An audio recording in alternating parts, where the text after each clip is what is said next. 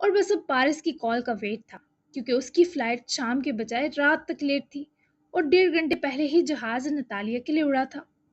پارس کے بجائے حاتم کی کال دیکھ کر روشانے کو حیرت کے ساتھ غصہ بھی آیا، خاص کر جو یہاں آتے وقت حاتم نے ناشتے کو لے کر بدتمیزی کی۔ تمہاری جرت کیسے ہوئی مجھے کال کرنے کی، کمینے چول انسان! فون اٹھاتے ہی رہا سہا غصہ دبنگ آواز میں اگلا، جب کیسے القابات پر نتالیہ کے امیر کی روح لرز گئی۔ بہت غصہ بھی آیا، پر بیچارہ بھی ضبط کرنے کے سوا کچھ کر نہ سکتا تھا۔ مجھے تمہاری مدد چاہیے، اس لیے یہ بدتمیزی سنبھال کر رکھو کسی اور وقت کے لیے۔ خاتم نے تحمل کا مظاہرہ کیا، حالانکہ وہ اتنا سب سننے کے بعد اس کا عادی نہ تھا۔ ہاں ہاں، ویری فنی۔ امیر صاحب پر اتنے برے دن آ گئے کہ میری مدد درکار ہو گئی۔ روشانے کا غصہ بجا تھا، بس تبھی وہ سہ رہا تھا۔ دیکھو میرے منہ مت لگو، اس وقت مجھے گدھی کو ماں بنانا ہے، مدد کرو گی یا نہیں؟ خاطب کی بد تہذیبی پر وہ لیٹے سے اٹھ بیٹھی۔ اسے ناتالیہ کے مجبور و بے بس آدمی سے بدلہ لینے کی سوچ دماغ میں بجلی کی لہر بن کر دوڑی۔ کروں گی، لیکن پہلے معافی مانگو اور یہ بھی کہو کہ آئندہ میں آپ کو تنگ نہیں کروں گا روشانے بابی۔ روشانے شکنجے میں آئے نخریلے امیر صاحب کو ایسے ہی تھوڑی جانے دے سکتی تھی۔ حاتم نے ناگواری سے منہ بنایا، بابی کہنے سے پہلے مر نہ جاؤں میں؟ کمرے میں چکر کاٹتے ہی ترختے ہوئے ہٹ حرامی کے سنگ منع کیا، کیوں مرو گے؟ بابی ہوں تمہاری، اگر مدد چاہیے تو یہی شرط ہے۔ روشا نے ٹس سے مس نہ ہونے کا پورا تہیہ کیا اور بتایا کہ وہ اٹل ڈیٹ ہے۔ تم نے میرے بھائی کو پھانس لیا؟ خاتم نے دل پر ہاتھ رکھتے دہل اٹھتے پوچھا، آواز میں حیرت و صدمے سے سلوٹ اتری۔ ہاں، جیسے تم نے میری معصوم بہن کو پھانسا۔ دیکھو ٹائم مت ضائع کرو فالتو کے امیر، مجھے بہت کام ہے، معافی مانگو تاکہ میں مدد کرنے کا سوچوں۔ روشانے کے اصرار پر خاتم نے دل ہی دل میں خوب کوسنے اور بدوائیں دیں، پر ابھی وہ اس کے آگے جھکنے پر مجبور تھا۔ اوکے، آئی ایم سوری، خاتم نے مجبوراً کہا اور روشانے کے دل میں کوہ ہمالیہ کے سلسلے والی ٹھنڈ اتری۔ میری چوائس کی معافی نہیں مانگی، پر چلو کیا یاد کرو گے، کیسی سخی سالی اور بابی ملی۔ معاف کیا، اب بتاؤ کس آدمی کا پتہ لگوانا ہے؟ وہ مدعے پر آئی تو خاتم نے بھی لڑنا بڑنا ترک کرے انسان بننے کی کوشش کی۔